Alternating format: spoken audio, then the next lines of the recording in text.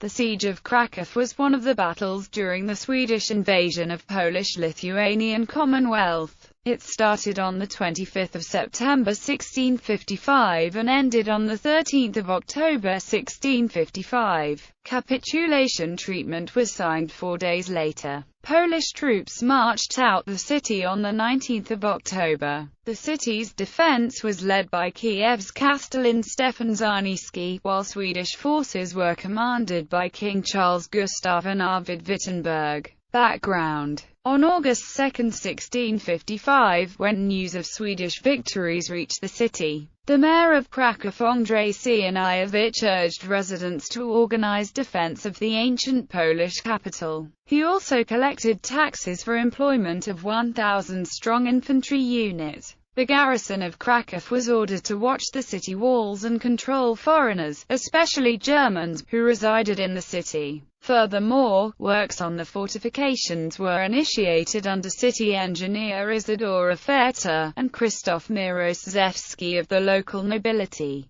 To cover the cost of the works, Queen Marie Louise Gonzaga handed over some of her jewelry. On August 27, Bishop of Kraków Piotr Dębicki urged residents to pledge allegiance to the king and to defend the city. The bishop paid for 300 soldiers, who strengthened the garrison, while city council created armed militia, which consisted of students and other residents. On September 19, King Jan Kazimierz came to Kraków. After the lost Battle of Żarnowiec, the king brought a few thousand soldiers and levy en masse, but the morale of his army was low. Several members of the nobility abandoned the king, while the army, concentrated at Prodnik, organized itself into a confederation, demanding money and renouncing hetman Stanislaw Lankaronski. On September 20, the Council of the Senate had a meeting, in which allegiance to the king was confirmed. Soon after the meeting, the Queen, together with Primate Andrzej Leszczyński, left the city.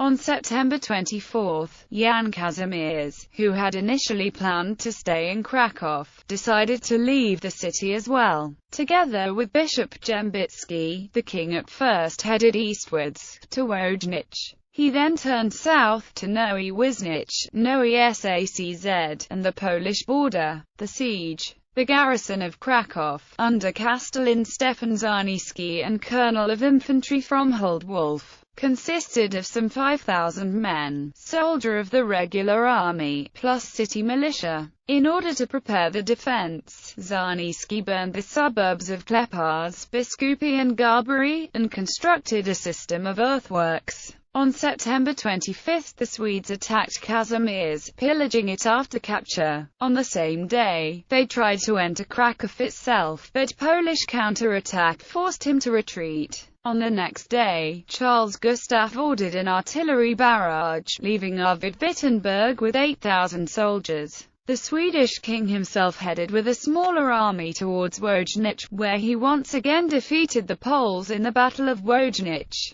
News of this battle quickly reached Kraków, together with Swedish demands for capitulation. Since Polish Royal Army units, scattered around the city, did not engage themselves in any skirmishes with the Swedes, the defenders of Kraków felt abandoned, without hope of any support. Nevertheless, they continued to fight. On October 6, Charles Gustav returned to Kraków, and while inspecting Swedish positions, his horse was killed by a Polish bullet, near St. Florian's Gate. As the siege progressed, morale among the defenders sank even lower. Czarnyski, well aware of this, on October 12 initiated negotiations. Further resistance meant destruction of Kraków and starvation of its residents, so on the next day, Czarnyski agreed to capitulate. Capitulation. On October 17, a truce was signed with the Swedes. It guaranteed freedom of religion, safety of the Roman Catholic clergy, civil servants and residents, keeping all privileges of the city and its university, and exchange of prisoners of war. The Swedes allowed Polish units to leave Kraków, and marched to winter quarters in western Lesser Poland, near Oswiecim, Zeta, Szlachów and Suyerzy.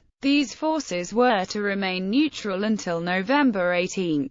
After that date, they were to decide whether to join the Swedish or the Polish king. On October 19, Czarniecki's forces gathered at Krakow's main square. Some 1,800 men with 12 cannons left the city, while Czarniecki was invited by Charles Gustaf to a feast. Soon afterwards, 2,500 Swedish infantry plus 500 reiters entered Kraków. The Swedish king came to the city on October 19 in the afternoon. After meeting the city council, Charles Gustaf visited Warsaw with its cathedral church. The Swedes immediately broke the agreement, imposing high taxes and robbing churches. Altogether, the booty stolen by the Swedes was estimated at 5 million zlotys.